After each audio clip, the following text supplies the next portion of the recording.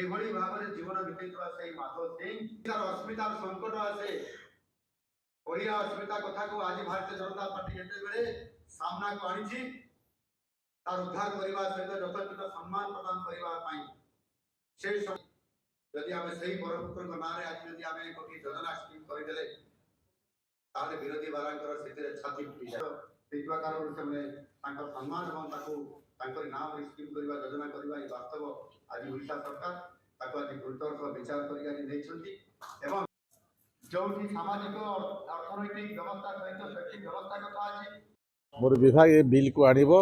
पेशा एक्ट लागू हेबो निश्चित भाव में आदिवासी मानकर दीर्घ दिन दाबी थिला दीर्घ दिन व्यवस्था भितर आदिवासी लोक पेशा एक्ट को पाई परिबे प्रत्येक विषय ही क्लस्टर रहिबा कथा क्लस्टर एथि रहिबा कथा देखंतु विभिन्न अंचल रे विभिन्न उत्पादन होछि मो अंचल रे चिली रो उत्पादन अछि लंका रायगड़ा रे आपन देखुथिबे रायगड़ा रे सपुरी अछि किछि अंचल रे आंबो अछि टिटिलागढ़ अंचल रे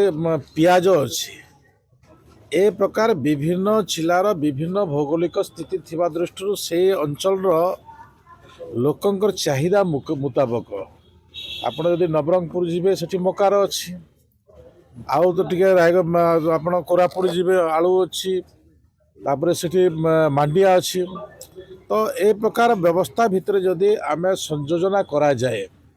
ताहले सेठिकार लोक माने अधिक उत्पार्जन करि परिबे एवं ताको मार्केटिंग व्यवस्था कले तांकर लाभ भी हो पारिबो से दृष्टि क्लस्टर व्यवस्था ही आगामी दिन में गोटे गरीब को